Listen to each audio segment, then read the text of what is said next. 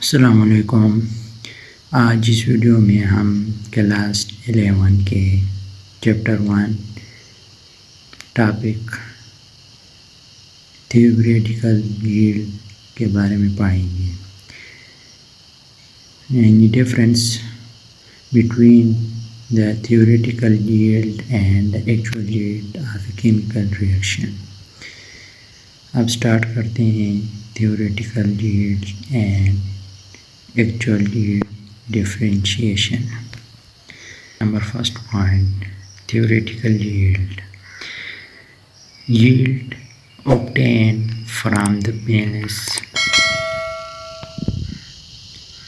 chemical equation is called theoretical yield.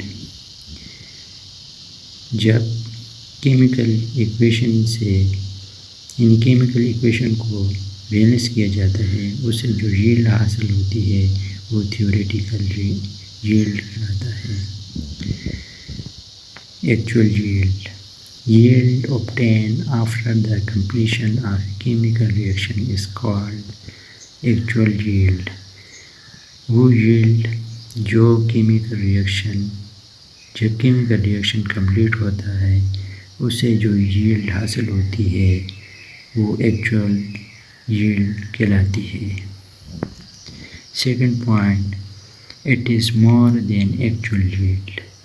ये जो theoretical yield होता है ये एक्चुअल यील्ड से ज़्यादा होता है। बस second point, it is always less than theoretical yield. Actual yield जो होता है वो थियोरेटिकल यील्ड से कम होता है।